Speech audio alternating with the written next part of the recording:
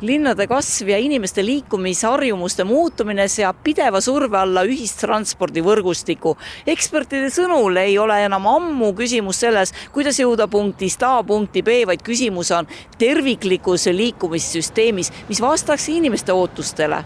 Ühistranspordiliini võrk on ju dünaamiline, et ta peabki lähtuma inimeste vajadustest ja tulebki vahepeal nii-öelda korrigeerida sõltuvalt elukoha asukohtadest, uutest korterelamutest, töökohtade paiknemisest, et pakkuda linlastele konkurentsivõimelist ühistranspordi, paremaid ühenduskiirusi ja häid ümberistumise võimalusi, et see on äärmiselt oluline. Kõik on praegu veel ettepanekute faasis, mis tähendab, et linnaosades oodatakse elanike arvamusi ja mõtteid, kuidas ühistransporti linnas veel sujuvamaks ja mugavamaks muuta. Oleme ka nende muudatusettepanekute juures tegelikult nagu ka bussiliin number 57, mis on tulnud Nõmme linna osast, Nõmme piirkonna elanikelt, bussiliin 13, mis on tulnud ettepanekud ka Lasnamäe piirkonna elanikelt, samuti bussiliin 65, et mida on ka varasemalt muudetud, aga ongi elus see, et kui me ka midagi muudame, siis me peame alati olema ka valmis nii-öelda vaatama vajadusel ka hilisema analüüsi käigus sisse ja vajadusel tuleb ka midagi elus nii-öelda ka korrigeerida.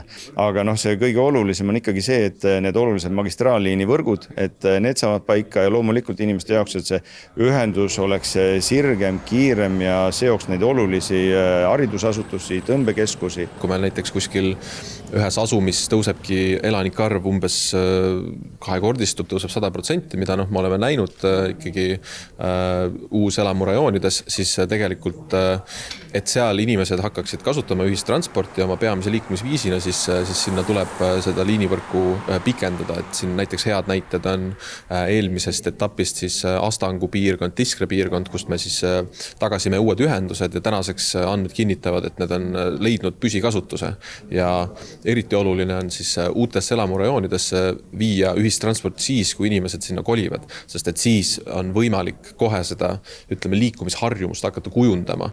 Kavandatavate muudatusettepanekute eesmärk on parandada ühendusi linnaosade vahel, vähendada ajakulu nii sõidul kui ümberistumistel. Muudatusettepanekud puudutavad pea kõiki linnaosi ja paljusid liine ning peaksid jõustuma 1. augustil.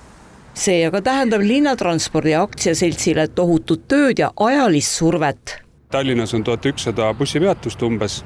Meil on 557 bussi, 1500 sõidukijuhti ja selliste liinivõrgu muudaste puhul me kõik need liinid sõidame läbi 6-8 korda. Ehk tegelikult tipptunni ajal, lõunaaeg, pühapäeva hommik, laupäeva hommik, mis omavahel veel võivad erineda. Meie toetame alati selliseid liinivõrgu muudatusi, mis meile endale ka tundub ja sõidukijuhi vaates tunduvad, et on mõistlikud. Mõistlikud on alati see, kui asumite vahel on liiklus, mõistlikud on alati liinid, mis läbivad linna, sest inimene tahab ikkagi ka kesklinnast kaugemale sõita ja seda on elu näitanud ka eelnimad, mille juures mina olen olnud etappide juures, et need liinid on alati hästi populaarseks saanud. Liinivõrgu muudatuste tutvustamine algab juba järgmisel nädalal ja kestab kuni 9. aprillini.